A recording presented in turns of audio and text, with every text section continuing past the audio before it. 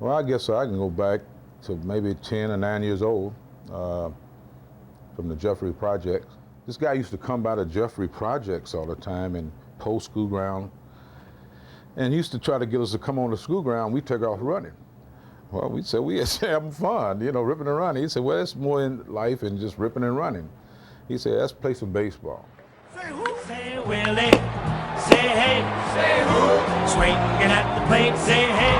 Say who? Say Willie. That time. Just 15 minutes from downtown Detroit, home of Comerica Park and the Detroit Tigers, there's another organization in the D that is a champion of the community. Located at the intersection of West Canfield and Miracles Boulevard stands the Woodbridge Community Youth Center. Led by Executive Director Mike Wilson and his wife Margaret, it is making an impact in Detroit that will affect generations for years to come. Opened in 2007, Woodbridge has been meeting the academic, social, physical, and emotional needs of children between the ages of 6 and 16, while filling the void created by the shortage of youth services. Hidden within the walls of the Woodbridge Community Center is one of Detroit's best-kept secrets, the Woodbridge Baseball Academy. It is here that future major leaguers are being developed. The ball in the glove. All right.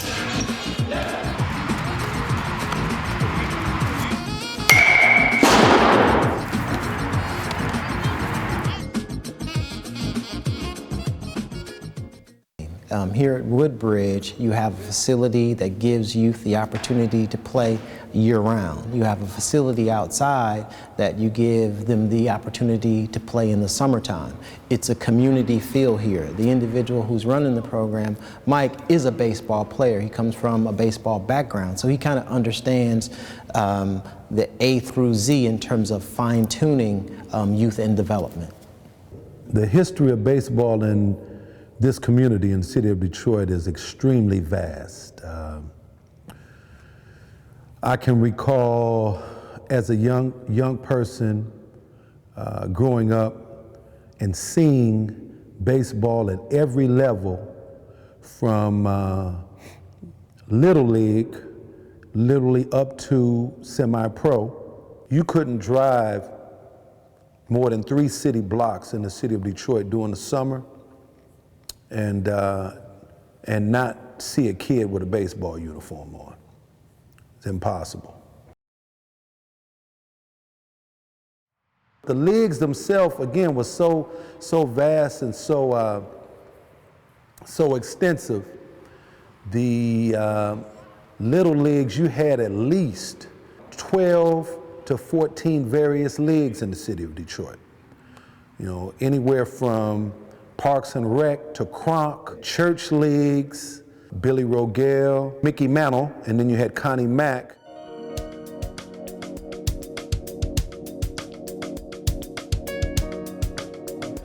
American blacks are not playing ball the way we should. We've had a cultural shift as far as young people participating in baseball now. And so when you look at the sheer numbers, we just don't have enough African American ball players present.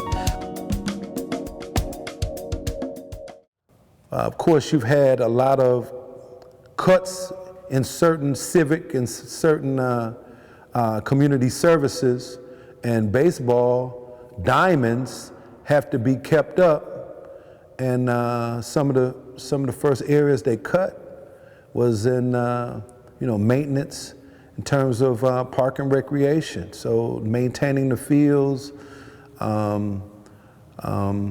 Also, we've had a cultural shift as far as young people participating in baseball now. You got more kids that start out at age 4, 5, 6, 7 that are being introduced to a sport, especially in the urban community, in the inner city community. They're being introduced to basketball and football now.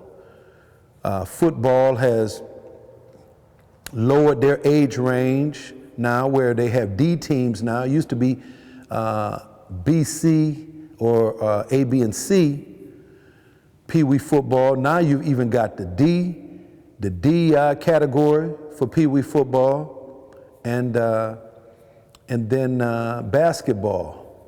You got Pee Wee leagues now, where kids start out as early as 4 years of age and 5 years of age being exposed to basketball. Coaches nowadays are very selfish. If you're a football player, you're a basketball player, well, that particular coach, he wants to be with you. He wants to have hands on you the whole year round. He got you in various camps. He's doing different things with you. He don't want to share you with the track coach or the baseball coach or nothing like that. And those some of the reasons why kids aren't playing baseball, because they're not allowed to. Even after they go off to college, it goes over into the college, spills over into that too, the college coaches. I mentioned one particular person, Chuck Winters. He went to DePorce, great football coach, tremendous left-handed pitcher. But when he got to Michigan, he could only play football. You know, and don't tell me that the University of Michigan could not have used that left-handed, hard-throwing kid. But those guys, they were selfish. And it goes from college all the way down, drifted all the way to high school. And it's that way now more than ever. We're an area that can only play baseball outside April through October-ish, whereas we're losing several months throughout the year where our kids can still be developing. When you lose that opportunity to have those at-bats, it weakens you to a great degree. So I think, as I look at Detroit, I say, you know, we need to do more programming in terms of year-round programming. I'd say in southern states or warm climate states, I think just more access, playing the game on a regular basis, breaking the game of baseball into smaller chunks, such as playing strike 'em out or running bases or what have you, helps develop players. We just don't have enough African American ball players present. When you look at back in the 60s, when you had Mr. Horton and Gates Brown, those people lived in the city. They were a part of the city. Whereas today, you know, when you look at shrinking numbers and those players don't live here, they don't drive from their home down the block where there are other African Americans playing, young kids. We can't touch them. And so that's one of the things that I think that as our players, African American or Caucasian or Hispanic, begin to come into the inner city where youngsters can touch and feel and see them and say, hey, you know what? One day I can be that guy. This guy puts on one pants leg at a time just like I do. I think that will begin to bring the game back. While the Woodbridge Eagles players prepare for the season indoors, coaches, parents, and volunteers build the new Eagles home field of dreams.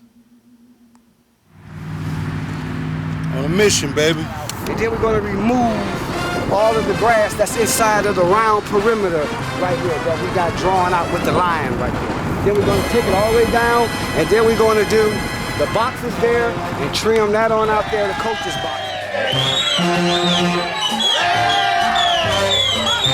Did you see Jackie Robinson hit that ball?